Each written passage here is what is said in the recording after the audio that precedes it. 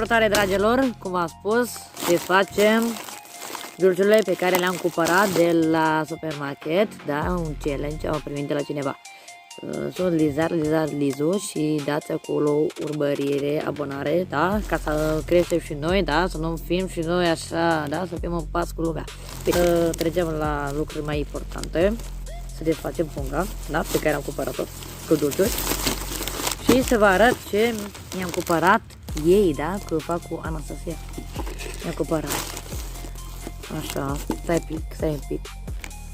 Mi-a cumpărat, ca să nu vină să mă vadă când are voie. Mi-a cumpărat, da, așa, repede. Mi-a cumpărat, nu știu ce să stea, dragii mei, n-am mâncat niciodată. Am uitat să zic când are voie să uite, bă, ce vă scuzați, dragii mei. Mi-am cumpărat astea, da. Am auzit un pic, da, că n-am vedea apartare. Și acestea. Vedeți, se vede? Se vede? Toate aproape, să spunem așa, nu-i place ei picantul. Așa, cumpărat și acesta, și acesta, da.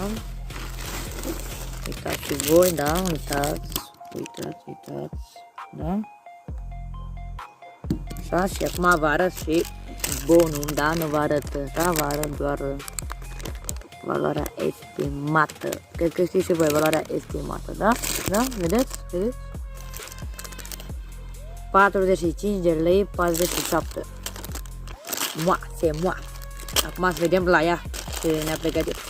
Bine, revenim, da, cu partea următoare ai prietenii mele, ce mi-am cumpărat și să testăm împreună, da, să vedem reacția mea la cumpărăturile ei.